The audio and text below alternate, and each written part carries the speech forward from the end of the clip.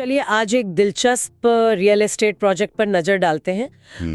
नाम है गंगा सोसाइटी। ये इस बीटेक ग्रुप के प्रचार सामग्री से हमने जानकारी ली है जी। तो इसका जो मुख्य दावा है वो ये कि ये यमुना एक्सप्रेसवे पर है ओके। और जेवर इंटरनेशनल एयरपोर्ट के बहुत पास। कह रहे हैं कि निवेश कई गुना बढ़ सकता है, तो क्या आधार है इसका? बिल्कुल, देखिए ये जो सोर्स है वो बताता है कि प्रोजेक्ट यमुना एक्सप्रेसवे के 58th माइलस्टोन पर है, मतलब लोकेशन अच्छी है। 50th milestone. हाँ। तो दिल्ली, नोएडा, ग्रेटर नोएडा, मथुरा, आगरा, इन सब शहरों से कनेक्टिविटी बताई गई है। ओके। और जेवर एयरपोर्ट से सिर्फ 10 मिनट। सिर्फ 10 मिनट एयरपोर्ट से?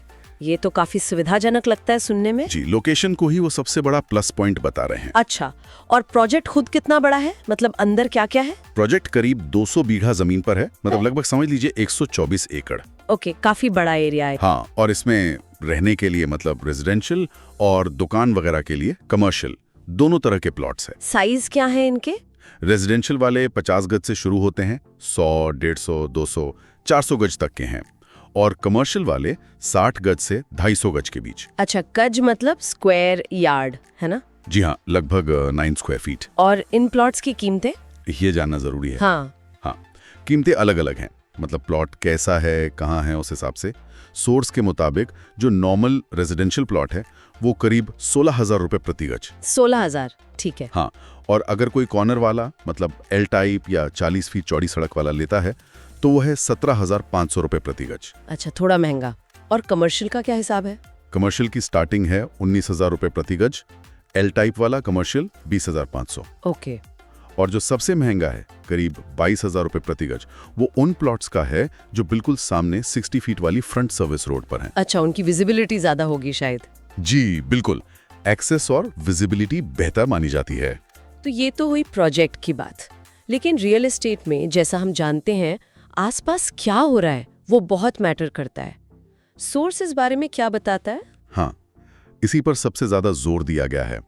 नोएडा इंटरनेशनल एयरपोर्ट वो तो है ही, उम्मीद है कि उसके बनने से कनेक्टिविटी बहुत बदल जाएगी। हाँ, एयरपोर्ट का तो बड़ा असर पड़ेगा। बिल्कुल।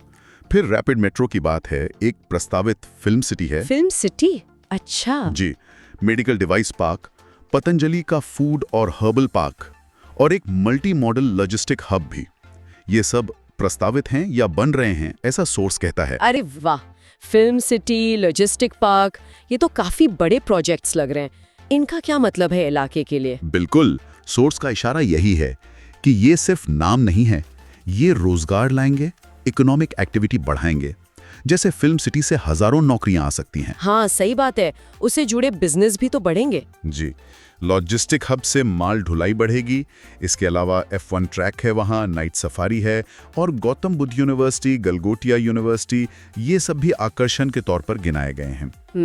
और भविष्य के उद्योगों के बारे में, मतलब सिर्फ रहने की जगह नहीं, काम की जगहें भी बनेंगी क्या? हाँ, उस पे भी जानकारी दी है। सोर्स कहता है कि भविष्य में कई इंडस्ट्रियल हब बनेंगे, जैसे leather park, textile park, toy park, plastic park. अच्छा, काफी स्पेसिफिक है। जी, handicraft park, data center, EV city और MSME पार्क भी। दावा यही है कि इन सबसे नौकरियां आएंगी, बिजनेस बढ़ेगा, और फिर जमीन की मांग और कीमत दोनों बढ़ेंगी। हाँ, लॉजिक तो यही कहता है। तो संक्षेप में अगर देखें तो ये जो प्रचार सामग्री है, ये गंगा सोसाइटी को एक तरह से एक प्राइम लोकेशन पर एक सुनहरा मौका दिखा रही है, जहां भविष्य में बहुत कुछ होने वाला है। सामग्री में ये भी लिखा है कि अगर कोई खुद जाके देखना चाहे तो फ्री साइट विजिट की सुविधा है, पिक एंड ड्रॉप के साथ।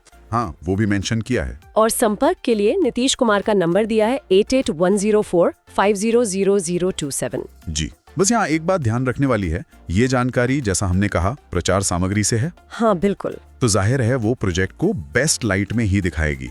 कोई भी रियल एस्टेट का फैसला लेने से पहले लोकेशन, कनेक्टिविटी, अभी क्या है वहाँ, और खासकर ये जो फ्यूचर प्लान्स हैं, उनकी असलियत क्या है, कब तक पूरे होंगे, बिल्कुल, इन सब पर अपनी रिसर्च करना बहुत जरूरी है। तो सोचने वाली बात यही रह जाती है, मान लीजिए ये सारे प्रस्तावित प्रोजेक्ट्स अगले 10-15 साल में वाकई बन जाते हैं, तो ये पूरा इलाका कैसा दिखेगा और उसका यहाँ के रियल एस्टेट बाजार पर असल में क्या असर होगा? ये सवाल किसी भी इन्वेस्टर को खुद से पूछना चाहिए।